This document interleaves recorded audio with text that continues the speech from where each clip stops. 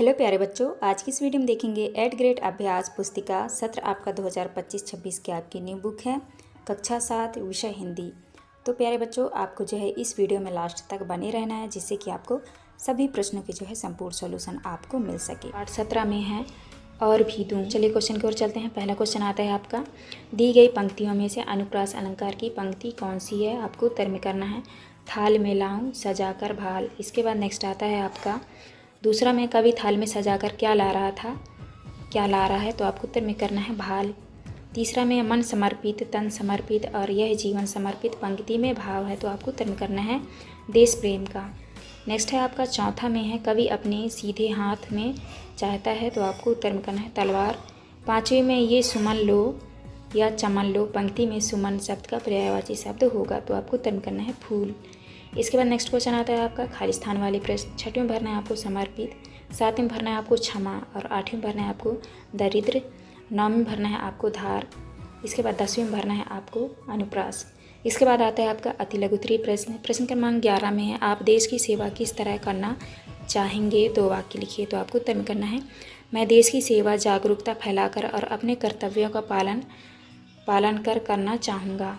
इसके बाद आता है आपका प्रश्न क्रमांक 12 में कवि शीश पर कौन सी छाया चाहता है, आपको उत्तर में करना है कवि शीश पर आशीष की छाया चाहता है। 13 में है पृथ्वी शब्द के 2 पर्यायवाची शब्द लिखिए, तो आपको उत्तर में करना है भूमि धरती। इसके बाद नेक्स्ट क्वेश्चन आता है आपका 14 में है, कवि थाल में क्या सजाकर लाने की बात कह रहा है, आपको उत्तर में करना है कवि थाल में भाल सजाकर लाने की बात कह रहा है। इसके बाद आता है आपका लघु उत्तरीय प्रश्न। प्रश्न क्रमांक 15 में कवि मोह का बंधन तोड़ने की बात क्यों कह रहा है, आपको उत्तर में करना है कवि मोह का बंधन तोड़ने की बात इसलिए कह रहा है ताकि वह देश की सेवा और देश के प्रति अपनी जिम्मेदारियों को सही ढंग से निभा सके। इसके बाद आता है आपका 16 में है, नीट के तृण तृण पंक्ति में तृण तृण का अर्थ लिखकर वाक्य में प्रयोग कीजिए।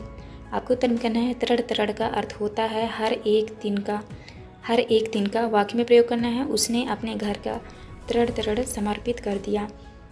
इसके बाद 17 में है, रक्त का कण कण समर्पित पंक्ति से क्या आशय है, आपको उत्तर में करना है इस पंक्ति से आशय है कि कवि अपने शरीर के प्रत्येक रक्त कण को देश की सेवा में समर्पित करने की भावना व्यक्त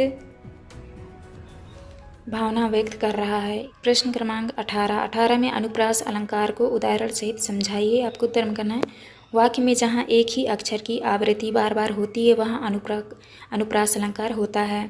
उदाहरण मन समर्पित तन समर्पित और यह जीवन समर्पित। इसके बाद आता है आपका दीर्घ उत्तरीय प्रश्न।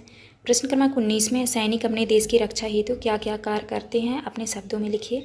आपको उत्तर में करना है सैनिक देश की सीमाओं की रक्षा करते हैं, युद्ध के समय मोर्चे पर जाकर देश के लिए लड़ते हैं और शांति के समय देश की आंतरिक सुरक्षा और शांति बनाए रखने में मदद करते हैं। वे कठिन परिस्थितियों में भी अपना कर्तव्य निभाते हैं और नागरिकों की सुरक्षा सुनिश्चित करते हैं। इसके बाद आता है आपका प्रश्न क्रमांक 20 में है, कविता और भी दूँ का सार अपने शब्दों में लिखिए। आपको उत्तर में करना है कविता और भी दूँ में कवि अपने देश प्रेम और मातृभूमि के प्रति अपनी पूर्ण समर्पण भावनाओं को व्यक्त करता है।